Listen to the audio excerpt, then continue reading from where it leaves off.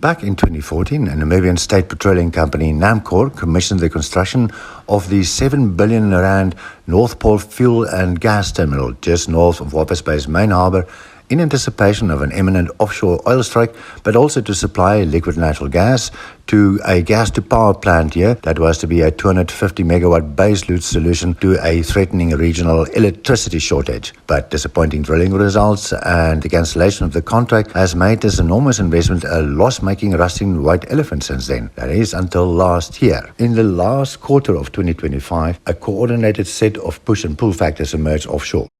In October, demand for LNG as replacement fuel for coal as fuel in Eskom power plants was boosted by 50 to 100% over the next 5 to 15 years by the South African IRP 2025 that doubled the use of gas in South Africa's energy mix.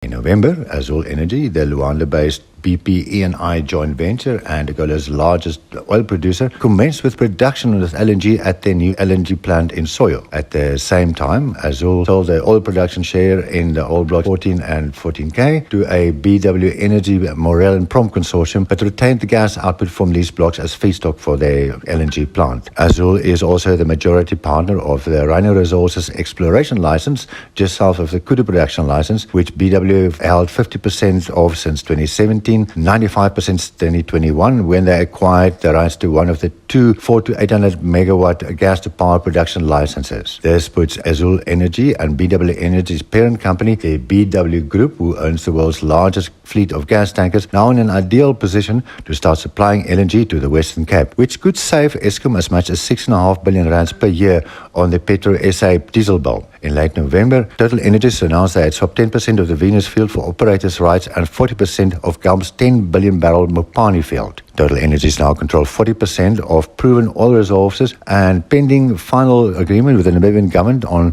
financial stabilization clauses now looks sure to be commencing with oil production by 2030 at the latest. By the end of 2025, the world's largest LNG exporter, Qatar Energy, announced that it had acquired shares in 5 major oil blocks with Shell and Chevron, and it had emerged as the main financier of all Orange Basin oil exploration to the tune of $3 billion since 2021.